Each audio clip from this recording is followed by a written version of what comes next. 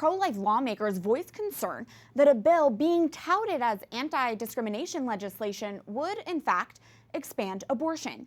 House Democrats recently passed the Equality Act, which add anti-discrimination protections based on sexual orientation by amending the 1964 Civil Rights Act to define sex to include pregnancy, childbirth, or a related medical condition.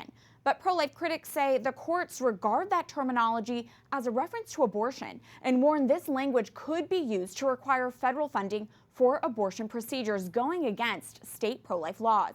Pro-life leaders ranging from the U.S. Conference of Catholic Bishops to the Susan B. Anthony list also say the Equality Act offers no protections for people who do not want to participate in abortion procedures and could threaten healthcare providers with discrimination charges if they refuse. I recently spoke with a pro-life member of Congress who opposed the Equality Act. Here's our interview. Joining us now is Representative Virginia Foxx of North Carolina. Congresswoman, thank you for being here. Thank you for having me, and thank you for what you do every day. Thank you. You voted against the Equality Act. Why? Well, I'm not sure we have enough time today to go over all of the reasons that I voted against the Equality Act. I'm very grateful for many columnists for writing about why the bill is bad. It's bad for women, but it's bad for our culture.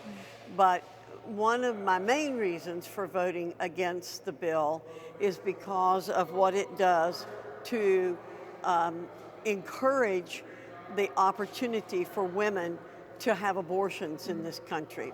It actually redefines sex under the Civil Rights Act to include, and I want to get it correct, so I'll read it to you, pregnancy, childbirth, or a related medical condition. And the phrase related medical condition has been recognized by the courts and the Equal Opportunity Commission as a coded reference to abortion. So it creates a right to demand an abortion.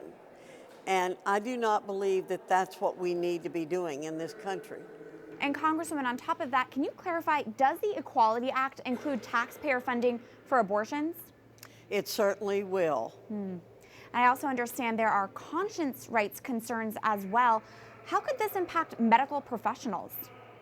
Well, it takes away the RFRA rights, the religious freedom rights for people, even though I offered an amendment, and again, I will respond to you with giving you the amendment text. It clarifies that the term, quote, shall not receive less favorable treatment, end quote, with respect to pregnancy, childbirth, or related medical condition shall not be construed as creating a right to demand that any individual or entity be forced to perform, refer, pay for, or otherwise participate in an abortion.